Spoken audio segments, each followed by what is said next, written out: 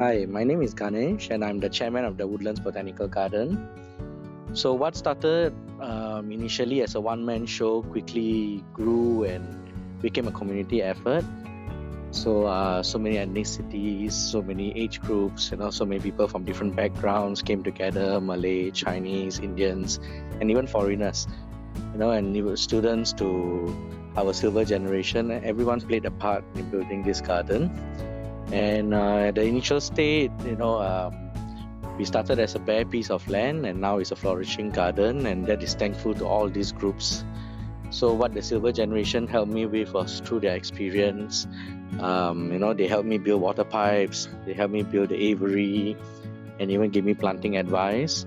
Then the students came in and they helped me expand the garden further. And many people, my age group, teachers, professionals from different fields, they all came and they wanted to do something for the community.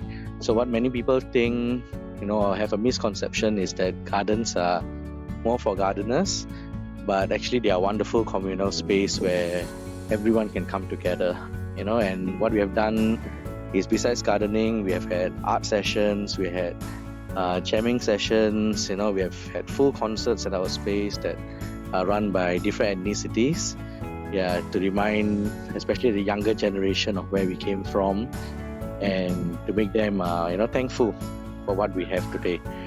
Yeah, so it's a wonderful effort by everyone, and I do hope that this can be propagated into more areas of Singapore.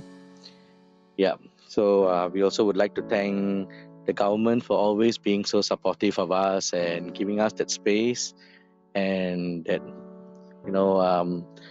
that trust to do what we are doing, and also supporting us in whatever measures we could, whether providing the venue, letting us use the venue for free, or providing logistics where they can and permissions where they can. Yeah, so it's not just a citizen effort alone, it's a government citizen partnership. And I think that's the beauty of the whole space of Woodlands Botanical Garden, or WBG as we call it.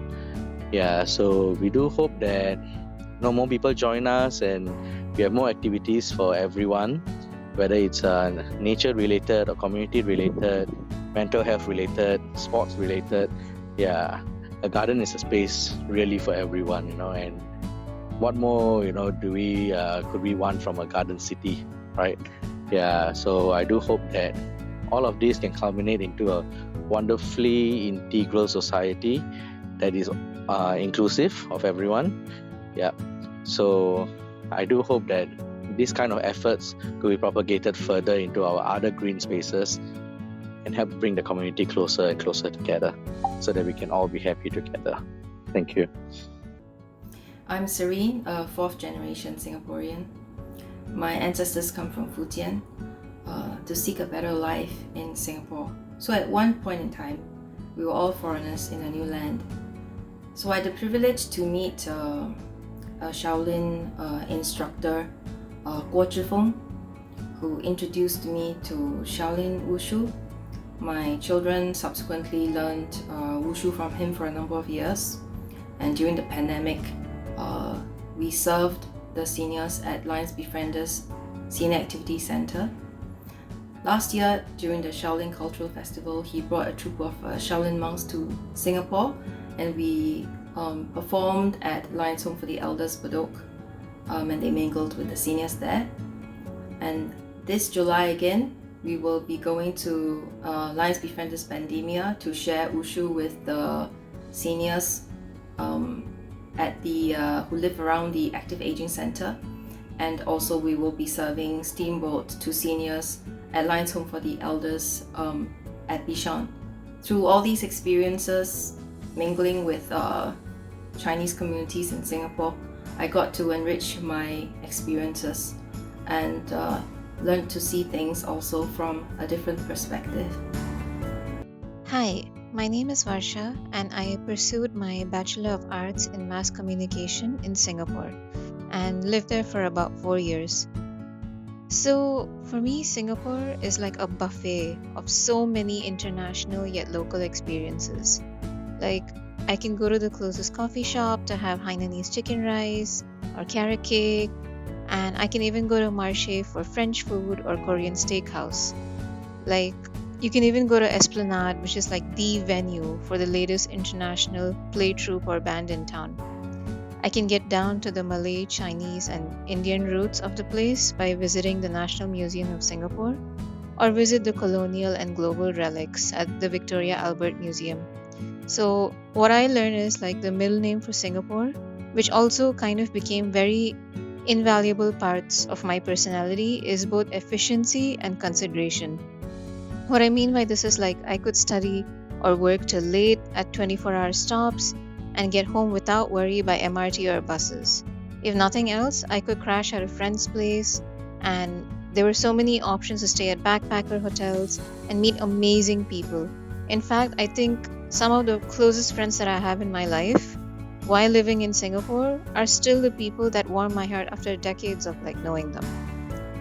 And I think some of the warmest people that I've also met in public are like the local nonyas who help you out when you're lost and really getting to understand like the grassroots of the country.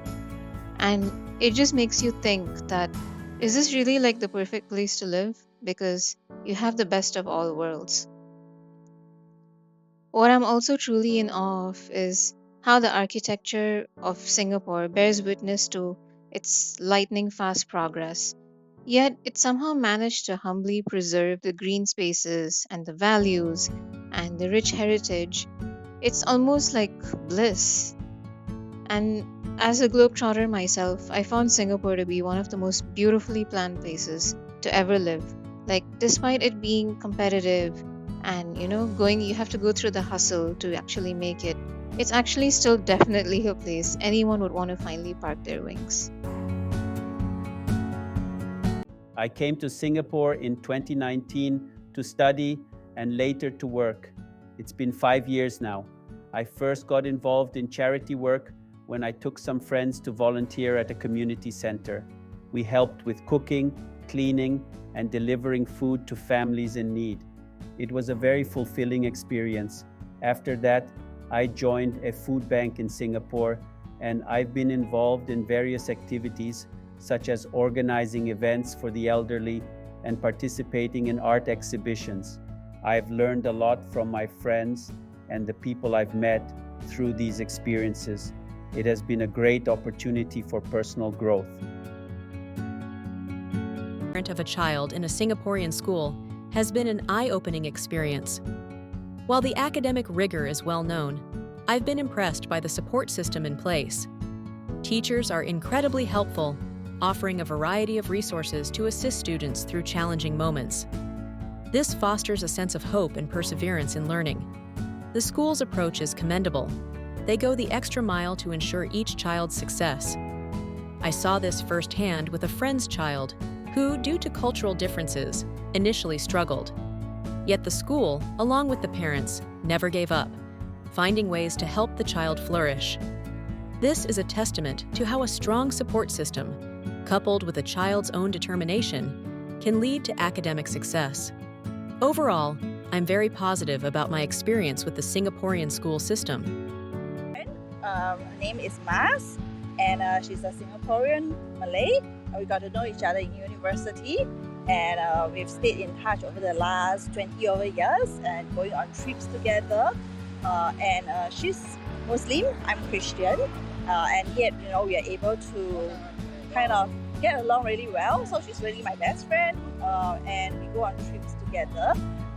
Recently, she went on a mini pilgrimage to Mecca, and in her preparation, actually, I went with her shopping for some of the items that she need in terms of like her clothes needs to be kind of a special kind for prayers. So we actually went to Johor Bahru together to do some of this shopping.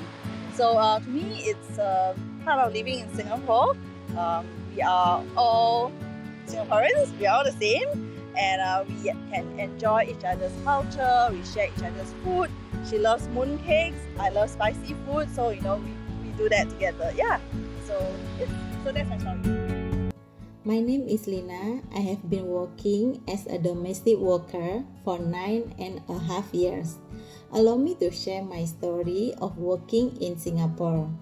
When I first arrived in Singapore, I was struck by the clean air, the orderly city, the streets adherence to the law. The city was filled with various people: Malay, Indian, Indonesia, Chinese, and Caucasian, all living together. On my off day, I searched for a church to worship in. When I mentioned that I am Batak to my employer, they helped me to find a church online with a Batak congregation. There, I met a Bible study teacher named Mrs. Rina Kusanda, and I joined her to learn more about Bible. She then introduced me to her Batak friend named Mrs. Raulina Sagala, who invited me to perform at the event called Amazing Indonesia 2023 at the Indonesian Embassy in Singapore. This led me to connect with other migrant workers from Batak and eventually inspired me to establish a Batak community organization in Singapore called Punguan PMI Boro Batak Singapura. Our vision to become a family of migrants to strengthen the bonds of sisterhood among us. I am grateful for the opportunity to share with my story. Thank you. Hello, I'm Maria Scholastica, a domestic worker for over 7 years. I will share my experiences and activities with you. Initially, I had only one day off per month. Now, I have a day off every week. I spend my free time attending courses, volunteering, and going to church for Sunday Mass. I dealt with immense stress before, which affected my health. Even though I was active in volunteering, taking courses, and meeting many people, I didn't have a trusted friend to confide in. I kept my problems to myself, and the internal pressure was overwhelming. Eventually, I fell ill frequently. I decided to stop all external activities and focus on my health.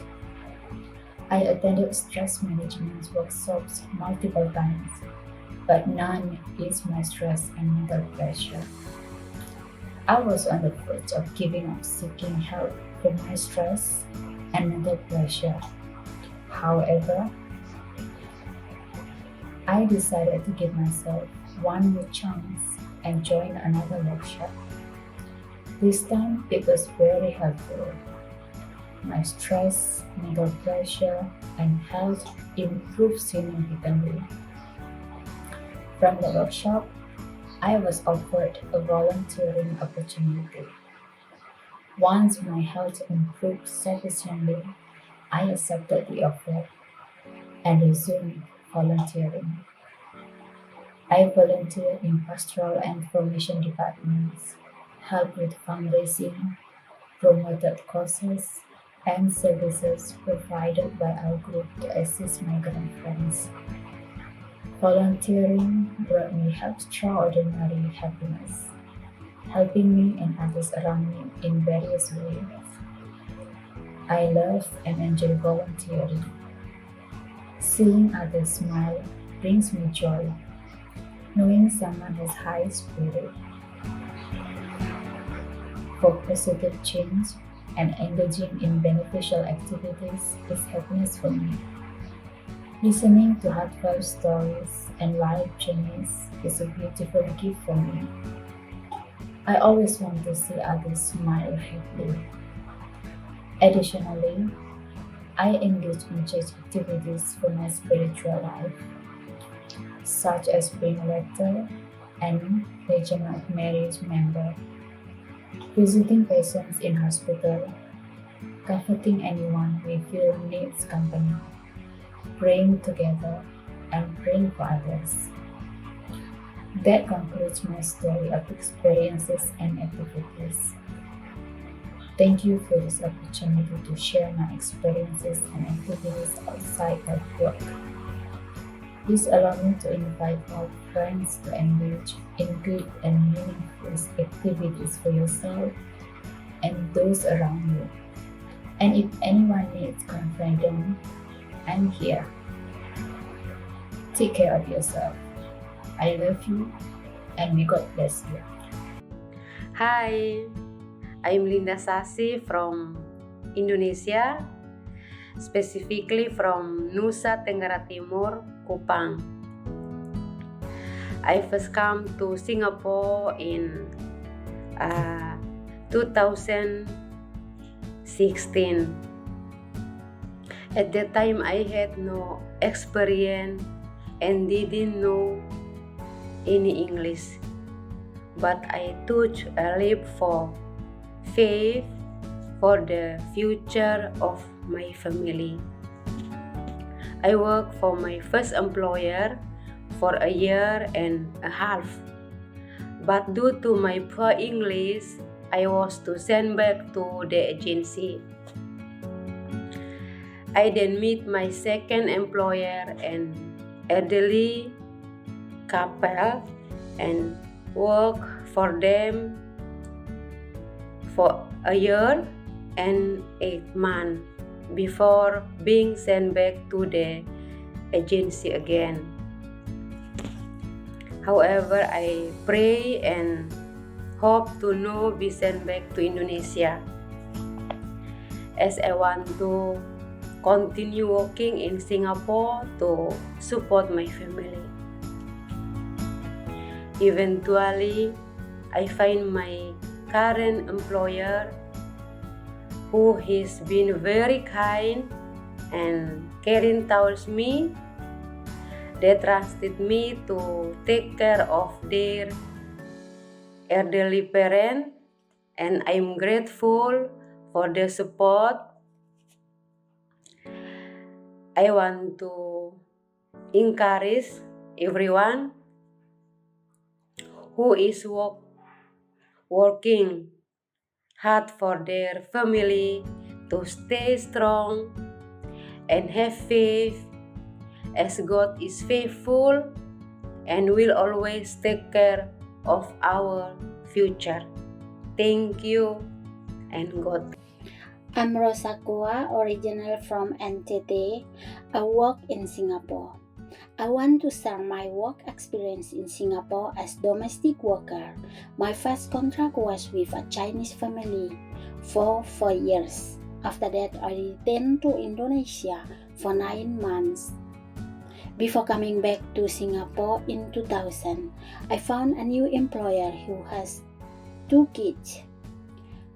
My daily tasks included taking care of the 3 grandparents, grandfather, grandmother, and great-grandmother. And the great-grandmother, later 2 years into my job, a third grandson was born. I took care of the child from 1 day old. I started caring for the baby from the day one he was born. The family entrusted me with the responsibility of taking care of the elderly and the children, fetch them to school, cooking, cleaning, even take them to doctor when they were sick. I have been working with this family for 28 years now. They treat me like a family to me. Over the year, I have witnessed the passing of the great-grandmother, grandfather, and grandmother, as well as the marriage of 2 daughters and the birth of the first granddaughter. I have to close bond with the family, and they treat me as a part of family, not just like a helper. They have been kind and loving towards me, and now I have